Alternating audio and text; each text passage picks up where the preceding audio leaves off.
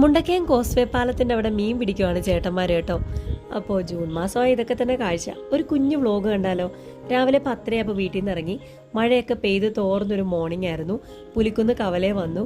ഞാൻ ഒറ്റയ്ക്ക് ബസ് കാത്ത് നിൽക്കുകയാണ്. മഹാദേവൻ അതിനകത്ത് സേഫ് ആയിട്ട് ഇരിപ്പുണ്ട് കേട്ടോ. KSRTC ആണ് കെട്ടിയത്.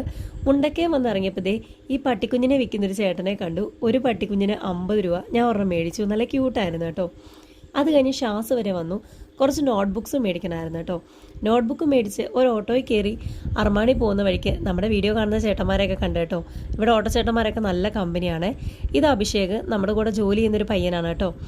രാവിലെ ബ്രേക്ക്ഫാസ്റ്റ് ദോശയും ഗ്രീൻ പീസും കഴിച്ചു. പിന്നെ സ്കൂളൊക്കെ തുറന്നതല്ലേ, കുട്ടികൾക്കായിട്ട് കുറച്ച് ബുക്ക് മേടിച്ചു. വലിയതൊന്നും അല്ല കേട്ടോ, ചെറിയ ഒരു കുഞ്ഞു സഹായം, ഒരു 15 നോട്ട്ബുക്ക് മാത്രം.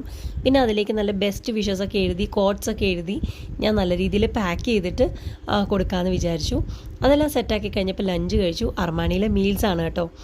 അത് കഴിഞ്ഞപ്പോൾ ഞാൻ ഈ വാങ്ങിയ പട്ടിക്കുട്ടീനെ എടുത്ത് കുറച്ച് നേരം ഓമനിച്ചു. കണ്ടിട്ട് കൊതി സഹിക്കാൻ പറ്റിയില്ല, അതുകൊണ്ട് ഓപ്പൺ ചെയ്ത് നോക്കി. ഡ്യൂട്ടി കഴിഞ്ഞ് 4 മണിയായപ്പോൾ ഇറങ്ങി. 3-4 മാസങ്ങൾക്ക് ശേഷം ജിമ്മിലോട്ടൊന്ന് വന്നു കേട്ടോ.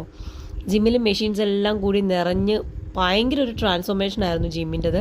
കുട്ടിക്കാനത്തുള്ള ജിമ്മ് നിർത്തിയതുകൊണ്ട് അവിടെ നിന്നുള്ള മെഷീൻസ് എല്ലാം ഇവിടെ കൊണ്ടിട്ട് കേട്ടോ. വർക്കൗട്ടൊക്കെ ചെയ്ത് ക്ഷീണിച്ചു. കുറേ നാൾ കൂടി മേലനങ്ങുന്നതല്ലേ. അത് കഴിഞ്ഞ് സ്റ്റാൻഡിലേക്ക് പോകും വഴിയാണിതാ ചേട്ടന്മാരൊക്കെ മീൻ പിടിക്കുന്ന ഈ ഒരു കാഴ്ച കണ്ടത്. കണ്ടപ്പോൾ നല്ല വൈബ് തോന്നി. പുലിക്കുന്ന് വന്നിറങ്ങിയപ്പം എൻ്റെ ആങ്ങളെയും കൂട്ടുകാരൻ ഇവിടെ കവലയിൽ തന്നെ ഇരിപ്പുണ്ടായിരുന്നു. ഇന്ന് ക്ലാസ് ഇല്ലായിരുന്നേ. അങ്ങനെ മഴയൊക്കെ തോർന്നൊരു ഈവനിങ് ആയിട്ടുണ്ട് കേട്ടോ. ഞാനൊരു മഞ്ചൊക്കെ മേടിച്ച് കഴിച്ച് നടന്നു പോകുന്ന വഴിക്ക് താഴത്തെ വീട്ടിലെ കുമാരിയമ്മ എന്നെ വിളിച്ചു കേട്ടോ. വിളക്കൊക്കെ കത്തിച്ചിട്ട് കുമാരിയമ്മ വാതിക്കെ നിൽക്കുമായിരുന്നേ. അപ്പോൾ ഇത്രയേ ഉള്ളൂ കുഞ്ഞു വ്ലോഗ്.